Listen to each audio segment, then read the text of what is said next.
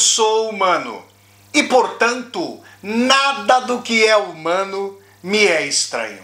Assim falava o poeta e dramaturgo romano Terêncio, e assim falo eu, Flávio Ricardo Vassoler, escritor, professor, youtuber e nômade, fiel como os pássaros migratórios. E hoje, em mais uma resenha de livro aqui do meu canal do YouTube, Flávio Ricardo Vassoler, eu trago para vocês uma discussão a respeito de uma das maiores obras da literatura brasileira e da literatura universal, Dom Casmurro, romance de 1899, que contou com a autoria do nosso mestre Joaquim Maria Machado de Assis.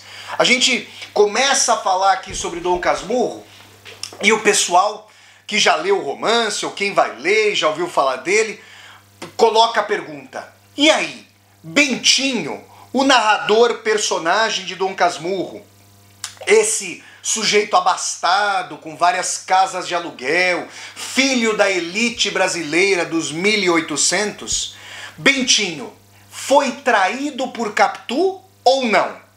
Capitu, o grande amor da sua vida e ao mesmo tempo a sua dúvida lancinante. É importante frisar que esse enigma proposto por Machado de Assis, como a gente vai falar aqui ao longo da resenha, é menos um enigma para ser desvelado e mais uma condição mesma da leitura de Dom Casmurro. Vejam vocês, o narrador de Dom Casmurro é o próprio Bentinho.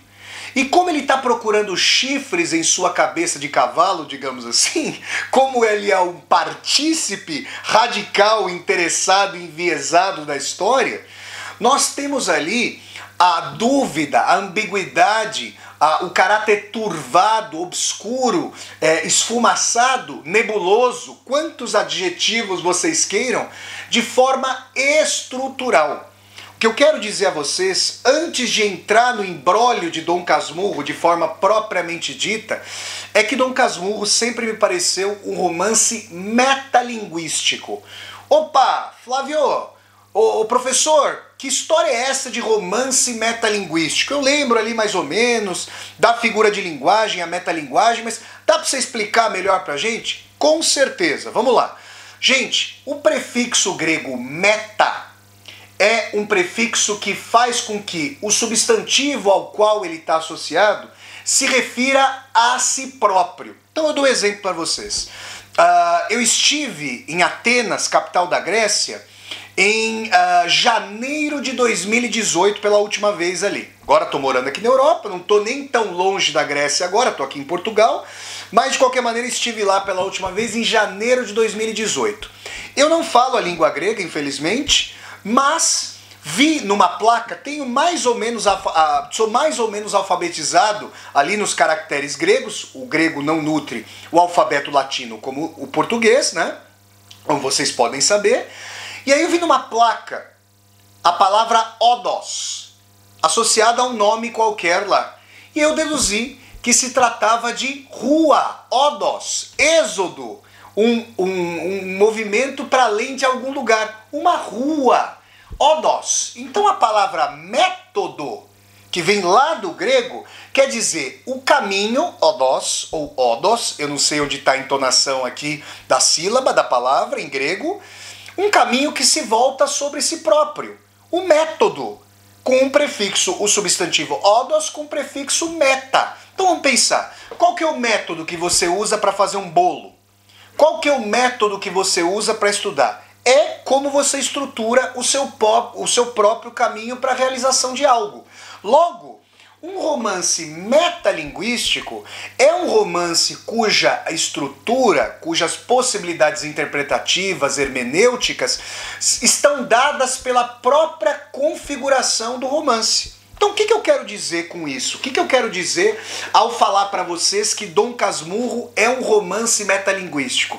Eu quero dizer que Machado de Assis soube construir esse belíssimo romance, essa obra icônica da literatura brasileira universal, tomando cuidado para que cada fato colocado no romance diante da ausência de um narrador em terceira pessoa que teria supostamente mais objetividade, seria uma instância alheia para trazer mais perspectivas sobre o mesmo fato, tomando cuidado para que cada fato colocado no romance apontasse para a direita e para a esquerda, para o sim e para o não, para lá e para cá, para lé e para cré. Todas as interpretações, sobretudo as mais contraditórias, são possíveis em Dom Casmurro. Vamos colocar algumas coisas aqui para vocês? Olhem só. Capitu, essa belíssima personagem, a Capitolina, essa belíssima, quiçá a mais pungente personagem feminina de Machado de Assis e uma das mais pungentes da literatura com as quais eu tive contato, Capitu era vizinha de Bentinho. A família de Bentinho, como eu disse a vocês, era mais abastada. Bentinho não chegou a conhecer o seu pai, que faleceu quando era muito... Bom, ele não tem lembrança, que faleceu quando era muito jovem. E sua mãe, portanto, é uma viúva repleta de casas de aluguel, com uma renda garantida e tudo mais.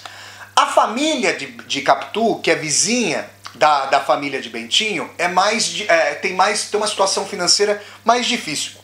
Não chega a ser pobre, mas o pai de Capitu é um assalariado, depende ali do emprego e tudo mais. Nessa medida já há uma assimetria de base, ainda mais naquela sociedade tão patriarcal, tão machista e tão ciosa de renda como a sociedade brasileira de meados do século XIX e como infelizmente ainda é, com alguns avanços importantes, a sociedade brasileira da contemporaneidade. Esse é um primeiro ponto. Isso faz com que Bentinho, ao menos em termos socioeconômicos, possa sentir uma superioridade coisificada em relação à família da Capitu. Porém, justamente a despeito de sua origem social mais, digamos, apequenada, Capitu é uma mulher para além de seu tempo. Ela é uma moça inteligente, curiosa, astuciosa, cujos desejos, naquele momento, naquela quadra histórica, naquele momento histórico, só poderiam se realizar, infelizmente, ao lado da figura de um homem. Quantas e quantas mulheres ardorosas, em momentos outros da história, não puderam se realizar porque a quadra dos trabalhos, os locais de poder, nas empresas, nas repartições, estão, infelizmente, ainda destinados a figuras masculinas. Então, Capitu, ela tem esse ardor. E o casamento é uma das formas, naquele momento histórico, de realização das mulheres, para que elas possam passar da guarida do pai para a guarida do marido. Isso é muito triste, infelizmente, para aquele momento, e felizmente houve muitas mudanças históricas nesse sentido para as mulheres hoje. Pensando sobre essa situação hoje, ela desponta com muito mais igualdade, não ainda de todo, mas muito mais igualdade, em comparação com os meados do século XIX, nos quais se passa ali o romance. Então, quando a gente vê a Capitu atuando, quando a gente vê o Bentinho mais velho, porque ele conta essa história, ele traz Dom Casmurro como uma série de confissões, quando ele já está mais velho e está pensando sobre toda a trama, ele está pensando sobre o que lhe aconteceu, sobre se de fato ele foi traído, sobre se seu filho era seu filho ou filho do seu melhor amigo Escobar com a Capitu, a gente vai chegar a tudo isso. Então, em enorme medida, tudo que é dito sobre a Capitu pode ter veios de objetividade, mas ao mesmo tempo diz respeito à nostalgia mesclada a ressentimento do Bentinho. Joio e trigo estão irmanadamente, profundamente, visceralmente fundidos em Dom Casmurro. Então, numa das cenas mais bonitas de Dom Casmurro, nós temos ali o Bentinho e a Capitu trocando o seu primeiro beijo. Nós que estamos aqui, vocês que estão assistindo a essa resenha, vão se lembrar do momento em que vocês se apaixonaram, em que nós nos apaixonamos pela primeira vez. É um momento arrebatador. É um momento em que a vida parece transbordar, o cálice da vida transborda de si mesmo. É uma coisa inesquecível. Claro que as amarguras, as frustrações, as perfídias, as durezas que nós encontramos invariavelmente na vida, como que salgam a terra do primeiro amor. Mas ainda assim, essa é uma lembrança muito bonita. E na cena que eu considero a mais lírica de Machado de Assis, um escritor, eu devo dizer, que não é pródigo no lirismo. Machado de Assis é um belíssimo autor, mas mais cáustico, mais ácido, mais turvado com as tintas do pessimismo, do ceticismo, da corrosão.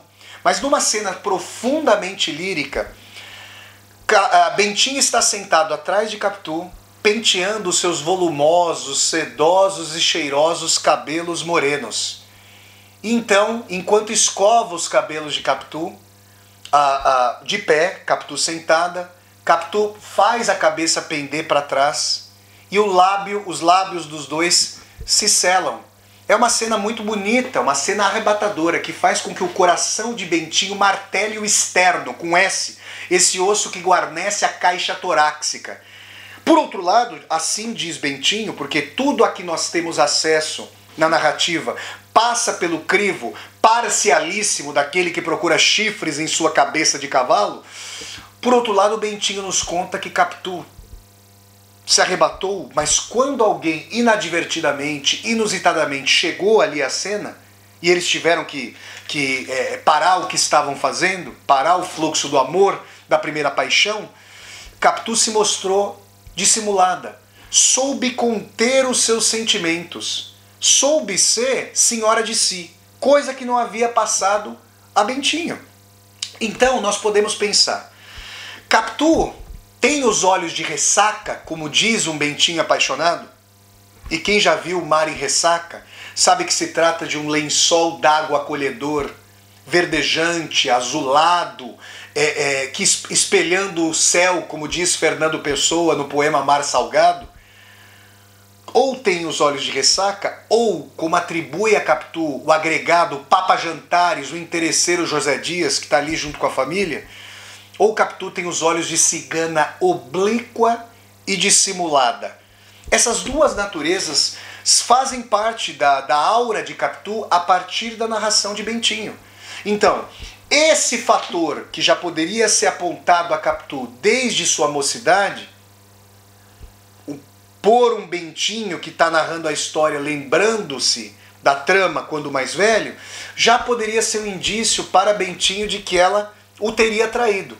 Ou seja, quando nós temos uma narrativa, quando nós temos o resultado que nós atribuímos como resultado de uma coisa, nós vamos à cata e à caça dos elementos que referendam o resultado que nós temos ali como ponto final.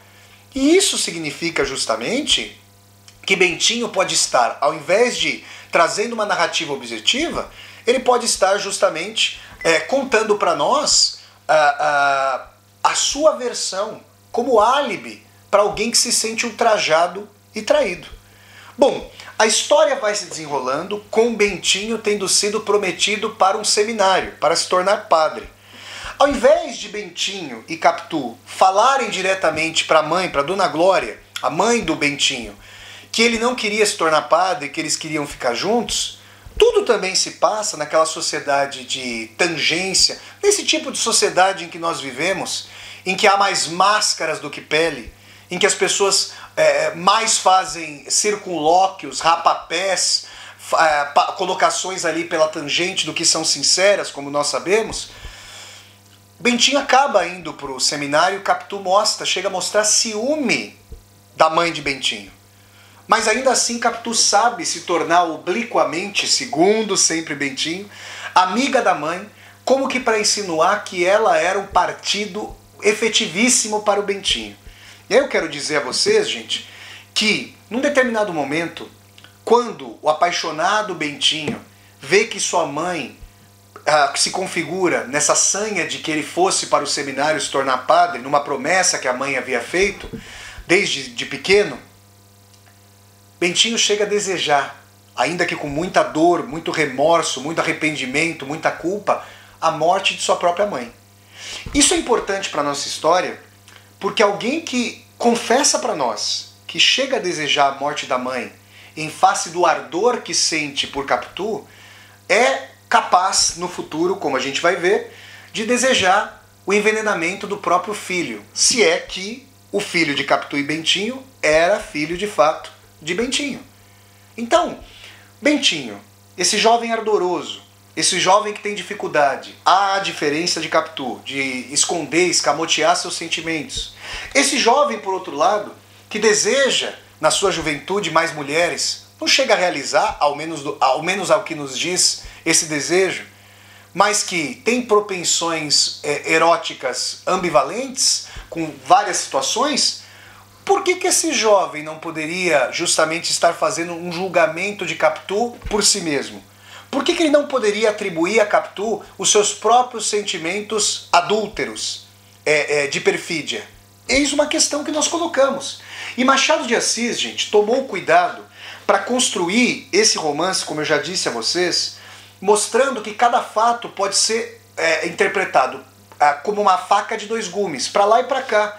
De tal maneira que ao invés de nós desfolharmos o enigma, toda vez que nós tentamos tomar partido, nós rechaçamos a estrutura esférica, complexa e contraditória da obra e isolamos determinados elementos que podem servir tanto a torto quanto a direito.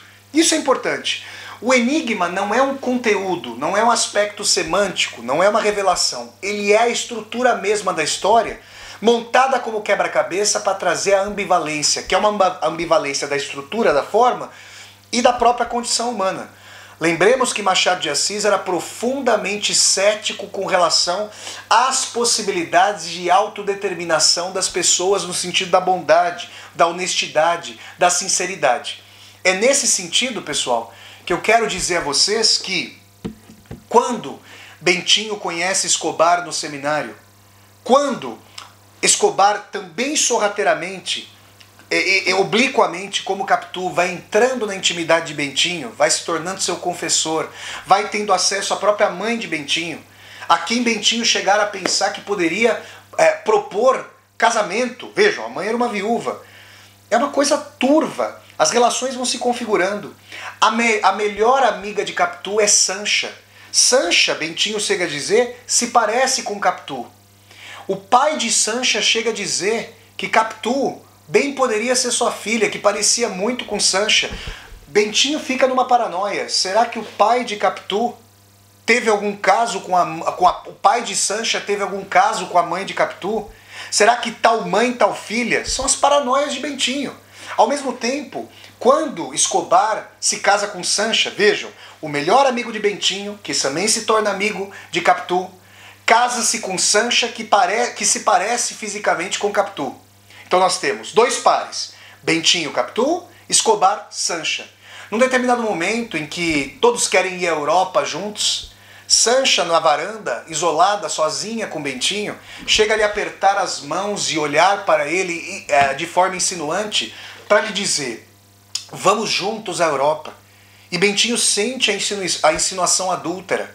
Será, por um lado, que ele tem vontade de trair Capitu com Sancha, que, sendo parecida fisicamente com Capitu, seria, por outro lado, uma projeção de Capitu em Sancha? Bentinho é apaixonado por todas as projeções de Capitu, mas não seria ele também adúltero? E não está revelando para nós que, ao julgar Capitu, também está espelhando suas próprias propensões adúlteras sobre ela? Eis a questão.